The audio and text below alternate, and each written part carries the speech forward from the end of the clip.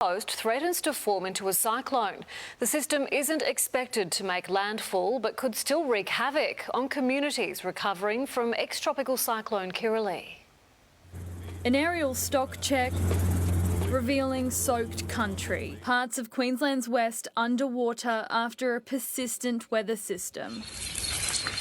Ex-tropical cyclone Kirrily dumped 61 millimetres of rain at Urundangi overnight before leaving the northwest in areas like McKinley to finally dry up. Farmer Georgie Moore is back to work. Soon her dog Ali will be too. She's just here, asleep on the floor. Recovering after she disappeared in the floods a week ago. Ali was found yesterday 30 kilometres from home, weak but alive. She knows that country pretty well, but yeah, to survive after all that time. So I'd sort of lost a bit of hope after 4 days of her missing. Kirrily's reach has stretched far and wide. Floodwaters are receding at Jandowie, revealing a glimpse at crop damage. It was a little bit stressful. One paddock we might lose about 40% of the crop, but we don't know. The impacts in every community it passed through will be long-lasting. The number of roads likely to be shut or potentially four-wheel drive access only for several weeks ahead. The system is now picking up speed, passing over Channel Country, headed south. It is moving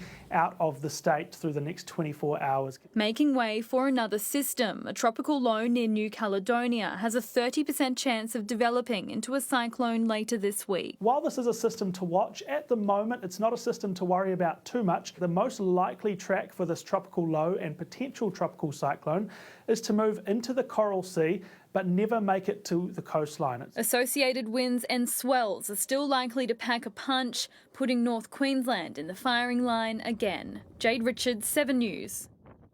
Now to Tony Auden, and what's the latest on this Coral Sea low?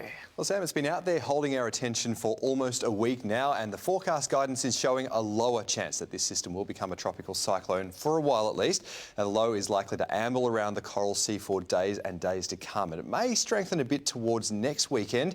That far out, things are uncertain, but for now it looks like that system, whether it's a low or cyclone, is more likely to head further east towards the Pacific than closer to Queensland. So most likely, well, we'll just see those gusty winds and possibly some swells along the Queensland coast in coming days. Sam, I'll be back soon with the forecast. Tony. Well, more flood victims across Moreton Bay can now receive financial help following last week's heavy rain and flash flooding. Affected residents in suburbs including Arana Hills, Beachmere, Caboolture, Strathpine and Samford can now apply for the Personal Hardship Assistance Scheme. It includes grants of $180 for individuals and $900 for a family of 5 or more to help with recovery. Residents are being urged to visit queensland.gov.au/disaster help for more information. The state government has also announced a multi-million